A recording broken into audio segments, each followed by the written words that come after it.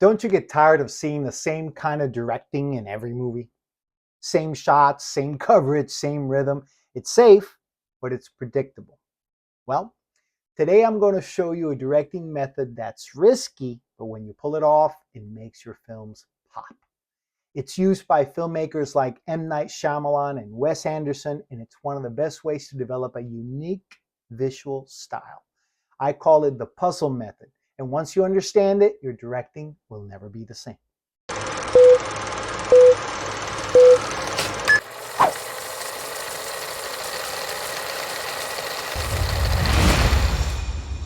Hello, I'm Miguel Parga, best-selling author of What They Didn't Teach You in Film School and Make Your Own Movies.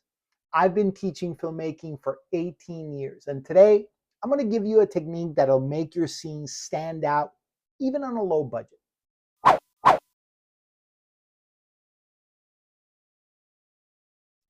Let's start with the method that everyone learns first, the coverage method. It's safe, it's reliable, and yes, it's what they teach you in every film school. And here's how it works.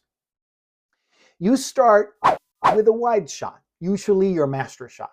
You shoot the whole scene in this way. That's why it's called a master shot, right? Then you reshoot parts of the scene with medium shots, close-ups, and inserts. You're covering the same material from multiple angles, and that's why it's called the coverage method. And listen, it works. Producers love it because it gives editors options. If something doesn't work, you can fix it in post. Use a different shot. But here's the problem. It's the same way everyone shoots. When every scene looks and feels like this, your film starts to blend into everything else. And safe directing, I'm sorry to say, it's forgettable directing.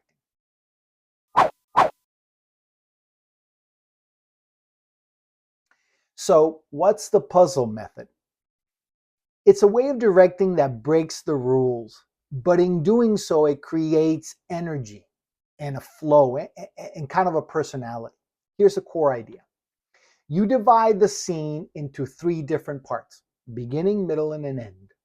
And you're going to shoot one shot for each part. That's it. One shot per piece, no coverage, no safety net. I know it sounds dangerous, and it is. If it doesn't work, you can't cut around it. But that's also why it's so powerful. It forces you to think like a storyteller, not a technician.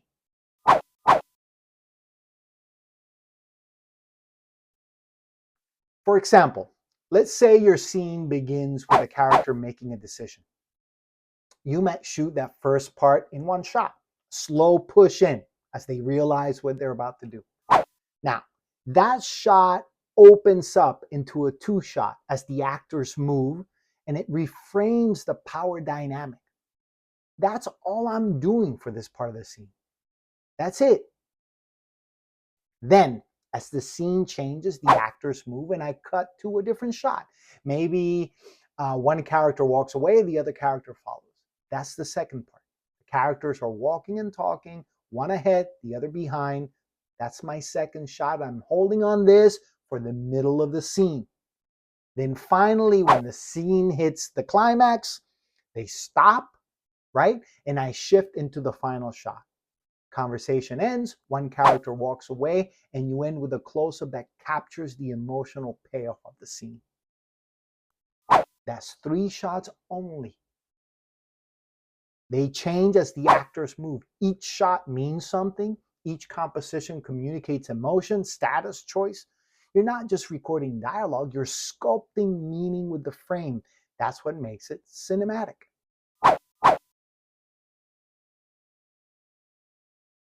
Here's what happens when you use the puzzle method. You stop relying on coverage to fix your problems. You start designing every shot with intention. You let your actors control the rhythm, not the editor. Because when you shoot long takes like this, the performances become real. The pauses, the timing, the flow, it's all happening in the moment. You're not cutting your way into it. The actors are doing it. And it gives your film this raw, organic energy you can't fake later on.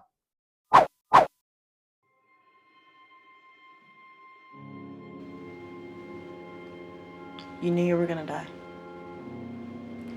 Yeah, I was even laughing. All I could think of was the sky. And here I am about to die, and I'm thinking about the sky. So you were thinking about something stupid, so what? I was dead for 5 minutes. There was no white light, no tunnel. When you die, you die. And that's it.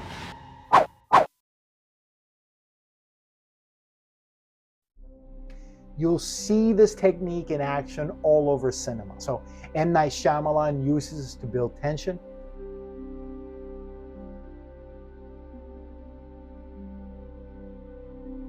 Wes Anderson uses it for visual rhythm. I mean, he's developed an entire style around it.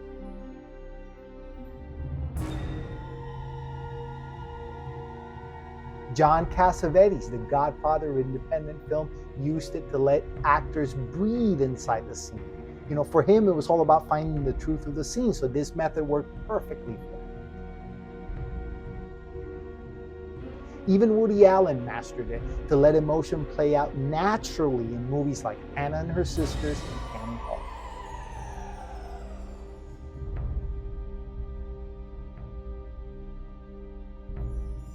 And here's a classic example you've probably seen a million times: the fairy scene in Jaws.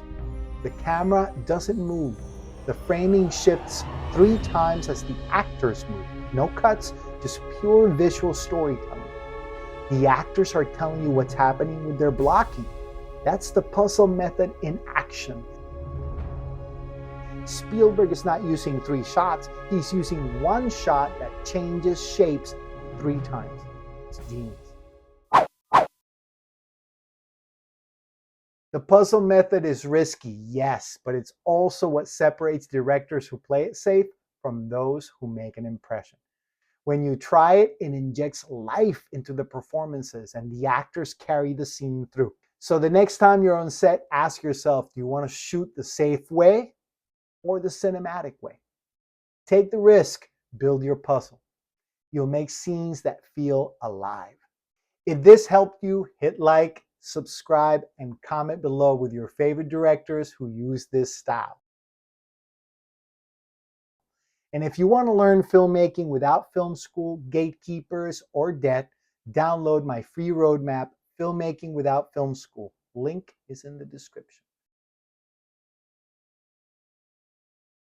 And remember, don't just direct your movies, direct your